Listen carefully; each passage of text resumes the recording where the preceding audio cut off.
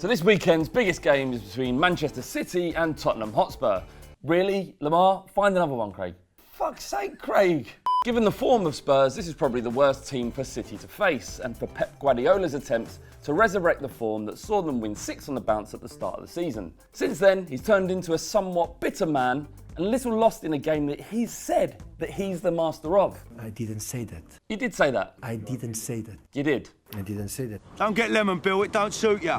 Guardiola's management style means that he has to dominate and control all areas of the pitch like he did in Spain and Germany. Jim, I might not have the tactical acumen of Pep Guardiola, but I know domination and it gets physical. You've got to be open-minded. Poppers help. Rather gloriously, he's failed to contend with the speed and, more crucially, the mayhem of English football.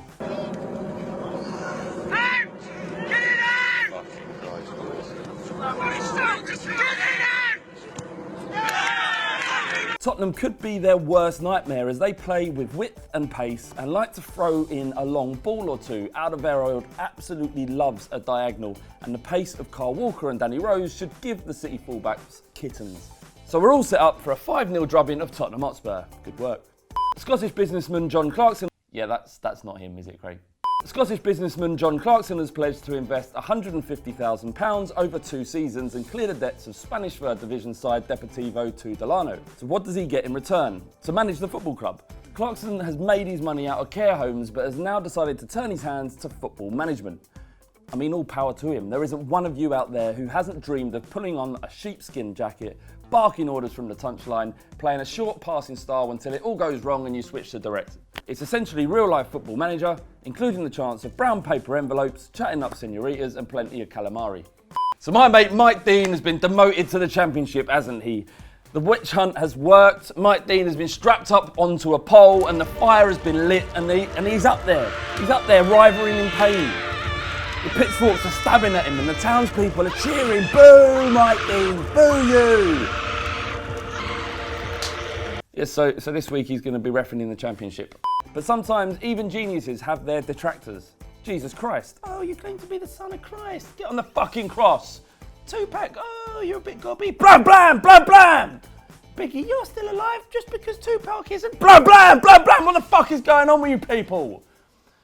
Firstly, violence is never the answer. And secondly, appreciate genius when you see it. Hashtag free Mike Dean. So Talking Pools has been receiving a bit of criticism recently by fans of the show who have been saying that we don't offer any real insight in the game. So I thought, all right, I better make the effort. I do get paid after all, and I thought I'd kind of reading and researching into tactics, and I just got really bored. So I rang up Statman Dave, and he's going to do something for you now, apparently. Hi Flav, here's 3 facts you may have not heard in the Premier League. First up, let's talk Manchester United. United have covered the shortest distance per game in the Premier League this season under Jose Mourinho, but they have a silent assassin in wait. Ander Herrera has made more interceptions in the opponent's half than any other Premier League player this season, making a cracking 18 interceptions. Moving over to West Bromwich, Tony Pulis has turned relegation fodder into a solid Premier League side. West Brom have gone back to basics and have scored more goals from corners than any other team in the Premier League. And finally, let's finish on Spurs, Flav, because I know you're a big fan. Dele Alli has become hot property. Since the start of last season, he's been directly involved in more goals than any player under 21 in Europe's top 5 leagues, scoring 20 and assisting 11 goals for teammates. I hope that helps, Flav. Always like you, Statman Dave. While I've got you here, can I just get your thoughts on Manchester City versus Tottenham at the weekend? Unfortunately, Flav, I think this could be a turning point for Pep Guardiola. If he reverts back to the 4-3-3, he could really catch Spurs out behind their wing-backs, with Leroy Sane and Raheem Sterling being dangerous weapons on the counter-attack. You, mate, fuck off. The biggest story of the last week has been Diego Costa's possible move to China. Looks like it's not happening now, but we did talk about it on Social Club this week, and there was a cracking comment from Brandon, who made a great spot, talking about Paul's reaction to Sam saying Chelsea are the money club, and saying it was absolutely hilarious. Of course it can derail it. He is their top goal scorer. He is the focal point of their attack. You can see it in his eyes. 21st of May, against Middlesbrough, at Anfield. The dream's alive. Just for that moment, little break of character.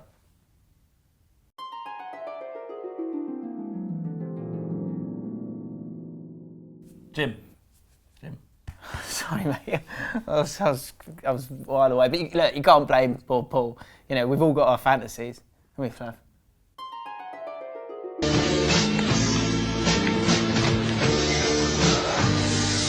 On that same video, Samuel Brooke Williams said, "Get rid of him! The guy makes the league look bad. He's a disgrace to football. Ship him off to Fenerbahce or Galatasaray so I never have to see his face again."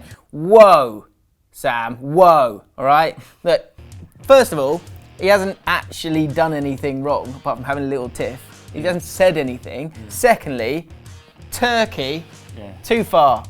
Well, it's where footballers go to die, isn't it? Exactly.